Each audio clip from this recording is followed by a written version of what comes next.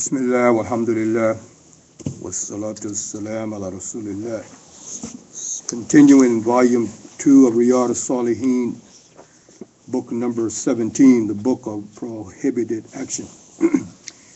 Chapter 254, the prohibition of backbiting and the commandment of guarding one's tongue. Narrated Mu'adh ibn Jabal radiyallahu anhu, I asked Allah's Messenger sallallahu alaihi wasallam, inform me of an act which will cause me to enter Jannah and keep me far from Jahannam. He sallallahu alaihi wasallam replied, you have asked me about a matter of great importance, but it is easy for one for whom Allah makes it easy. He added, worship Allah, associate nothing with Him in worship, offer salah, pay the zakah, and observe fasting during Ramadan, and perform Hajj to the house of Allah if you can afford it. He sallallahu alaihi wasallam further said, shall I not guide you to the gates of goodness? Fasting is a screen from Jahannam. Charity extinguishes, i.e. remove the sin as water extinguishes fire. And standing in prayers by a slave of Allah during the last third part of the night. Then he recited, their sides forsake their beds to invoke their Lord in fear and hope, and they spend in charity in Allah's cause, out of what we have bestowed on them. No person knows what is kept hidden for him of joy as a reward for what he used to do. Surah number 32, verses 17 and 18. Then he added, shall I tell you of the root of the matter, its pillar and its highest point? I replied, yes, certainly, O Prophet of Allah sallallahu alaihi wasallam. He said, the root of this matter, i.e. foundation, is Islam. Its pillar or mainstay is as-salah, the prayer, and its highest point is jihad, fighting in the cause of Allah. Then he asked, shall I tell you of that which holds all these things? I said, yes, O Allah's Messenger sallallahu alaihi wasallam. So he took hold of his tongue and said, keep this in your control. I asked, O Allah's Messenger sallallahu alaihi wasallam, shall we really be accounted for what we talk about? He replied, sallallahu alaihi wasallam, may your mother lose you. People will be thrown on their faces into the hell on account of their tongue. Besides describing articles of Islam, this hadith mentions the dangers which lies in the carelessness of the tongue. All good action can go waste if one does not guard his speech. One should therefore guard his tongue against that which Allah may prohibit. Alhamdulillahi Rabbil Alameen.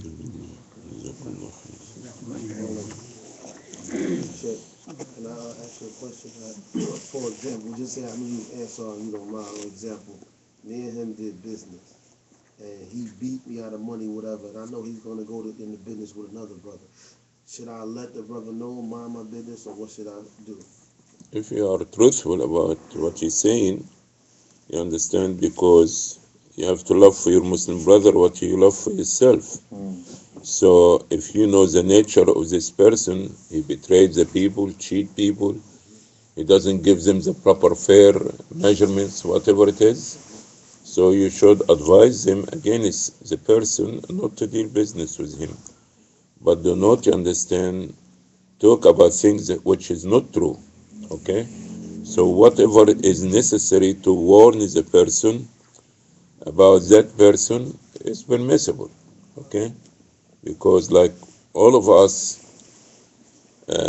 like what you call, we are one family. This is what it is. So if somebody hurting you, will hurt the other person. But if you cause the person not to give you the full amount of money, okay, that you cheated him or you lied to him or he did not go to work in time, as a result of this he kept part of the money.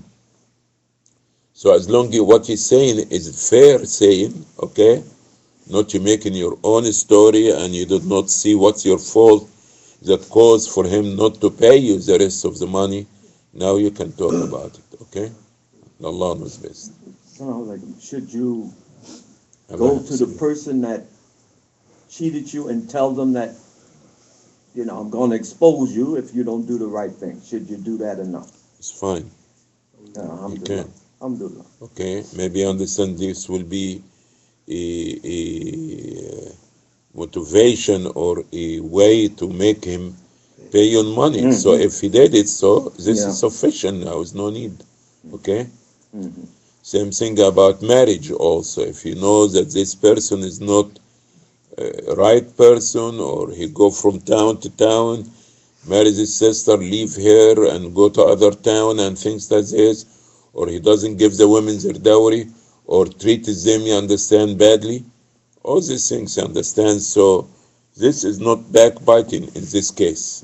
Okay, warning people against evil people doing bad things for the Muslims, and the people see them in the mosque, okay? Because some people can be having weakness in some area, okay? So you don't want, you understand? The same way, like if you see somebody crossing the road and a car coming, he's not going to see it. You see? You try to warn him against, okay, watch, or something like this.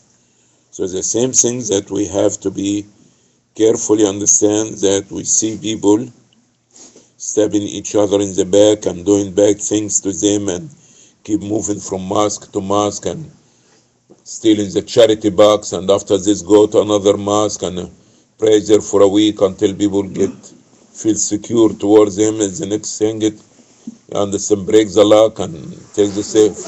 All these things. So we have to clarify these things. And Allah knows best.